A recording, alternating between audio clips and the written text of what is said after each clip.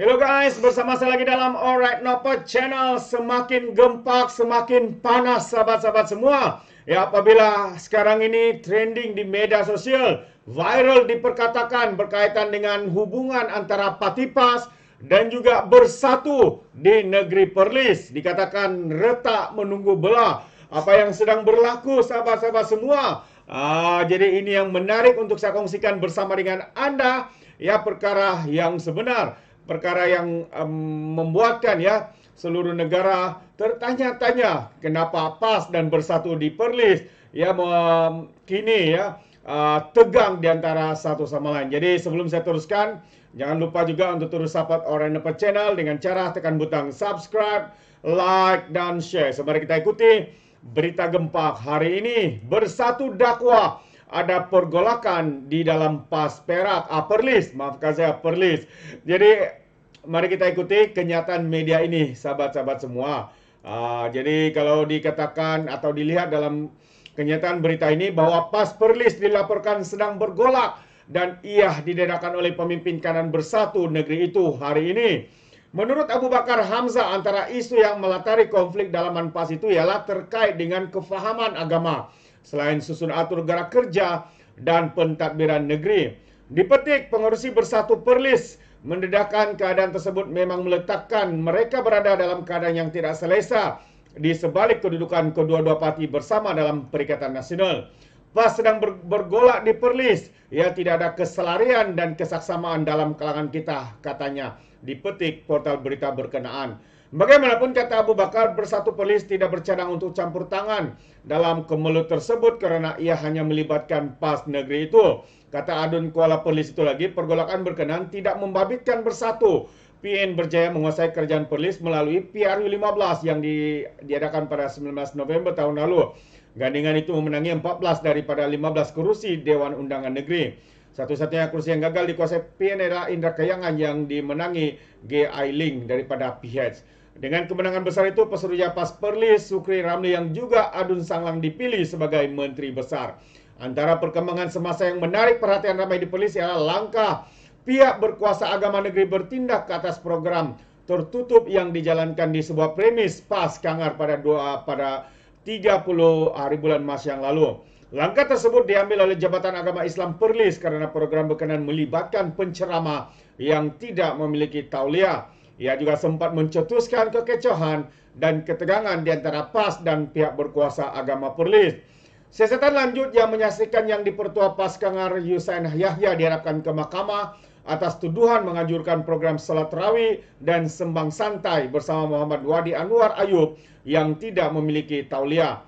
Usai didakwa melanggar Seksyen 118 Enakmen Pentadbiran Agama Islam 2006 serta menghina kuasa raja pemerintah dan Badan Agama Islam Perlis.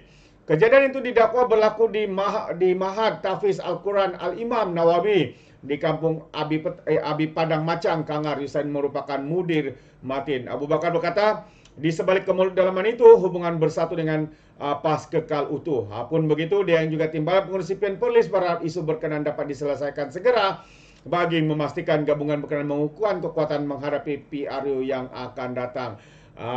Jadi ini sebenarnya yang berlaku, sahabat semua. Ya, walaupun tidak tidak melibatkan daripada Bersatu, tapi sebenarnya ia adalah pergolakan di antara pemimpin-pemimpin di dalam parti PAS. Kita tahu mereka ini sedang berkuasa, ya. Jadi mungkin ada yang tidak berpuas hati, mengatakan dia hebat, mengatakan dia tidak bagus. Mungkin itu yang berlaku. Ditambah pula, ya, ada seorang ulama daripada PAS, ia di Perlis ini juga telah pun didakwa, ya, karena dikatakan menghina kuasa raja-raja khususnya di negeri Perlis ini. Walau bagaimanapun, sahabat semua, Menteri Besar Perlis hari ini juga turut membuat kenyataan dan menafikan, katanya PAS Perlis tak bergolak.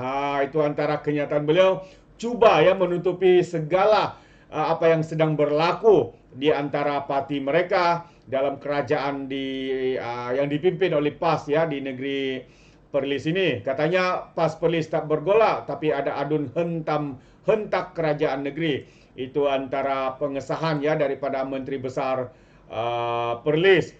Pesuruhjaya PAS Perlis ya Muhammad Sukri Ramli menyangkal dakwaan pengurusi bersatu negeri Abu Bakar Hamzah bahwa wujud pergolakan dalam PAS negeri itu. Itu sekali lagi ini yang menampakkan ya antara mereka ada yang katakan bergolak, lepas tu PAS pula katakan tidak ada apa-apa yang berlaku.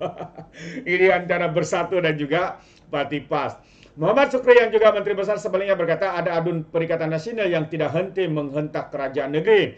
Memang tiada pergolakan dalam dalaman berlaku dalam PAS. Katanya cuma ada seorang dua yang terus selepas yang teruja selepas menang PL15 ini yang seronok hentak kerajaan, hentam kerajaan macam nak jatuhkan.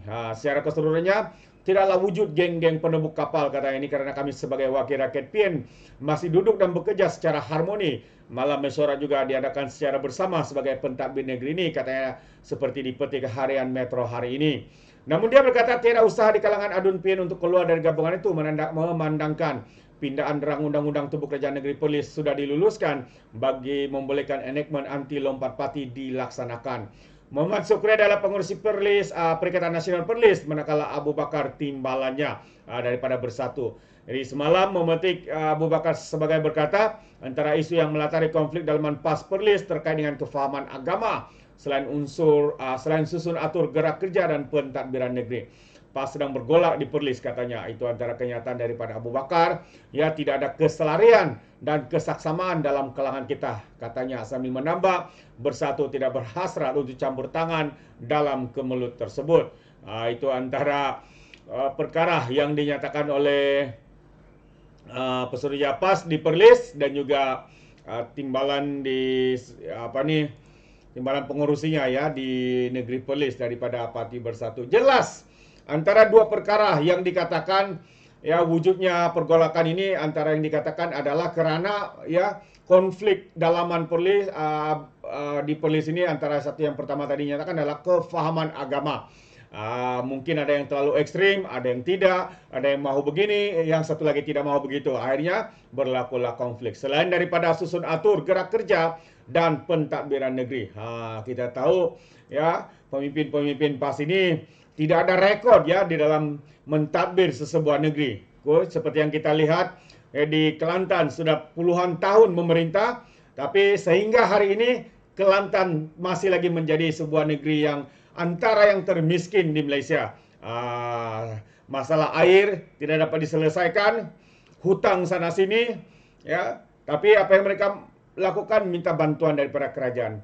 Dan apabila dapat bantuan, apa yang mereka buat? Beli Mercedes, naikkan gaji, exco dan sebagainya. Itu yang mereka tahu buat. Tapi untuk membangunkan negeri mungkin jauh sekali mereka boleh lakukan. Itu yang menjadi soal tanda tanya ya sahabat-sahabat semua. Jadi itu daripada saya. Terima kasih kerana mendengar dan sekiranya Anda mau berikan sebarang komen atau pandangan, Anda boleh berikan komen dalam ruangan komen. Tapi ingat, komen dengan cara berhemat. Jadi sekali lagi terima kasih. Izinkan saya untuk mengundurkan diri. Dan seperti biasa, peribahasa mengatakan, tapapun kangkap, 2 tahun keinginan. Dalam bahasa Melayunya, tepuk dada, tanya selera. Sekian je daripada Alright Nampak Channel. Kita berjumpa lagi. Bye-bye.